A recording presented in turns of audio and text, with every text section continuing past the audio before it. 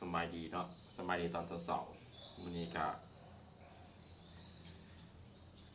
ไปให้อาหารกระหอกปลา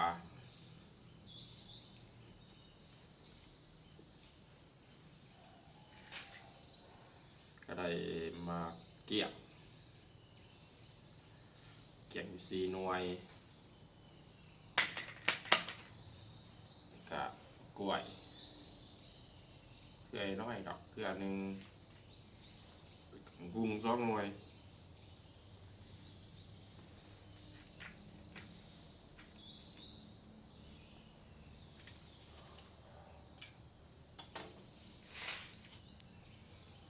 นี่มากุ้งยักษ์กันเนี่ยในย่างอาหารกระหอกปลามือนี้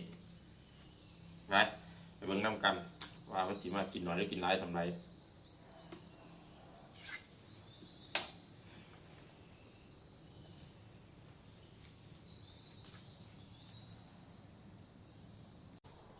เรือเข้ามาหอแดงอันดับแรกเขาคือต้องเคาะตรงสัญญาณ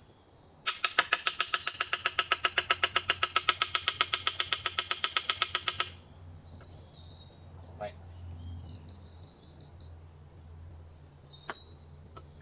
ข้างนอกนี่อาจจะเบิ่งบ่เป็นตาไปที่เราจะน้อยไปที่เราเดี๋ยวว่าทั้งไร่นะมันหนากินใช่ไหมทั้งไร่หนากินสวยงามเขาสะอาดดี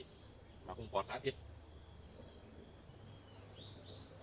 เดี๋ยวมันจะมาสำเร็จเลยทานเทียหน่อยเป็นแทงเรือมันเอาไปไงเอาไปไว้ข้างมันกระหอกปลากระหอกธรรมศาสตร์ข้างนอกไปหลายตัว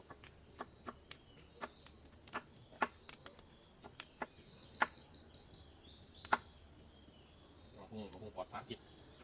กุ้งถูกจากธรรมศาสตร์มีการใส่กุ้งทั้งสิ้นเลย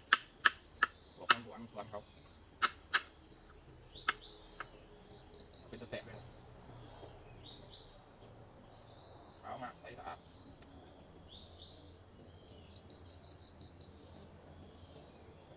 จะปลาอยู่ตรงหน่วย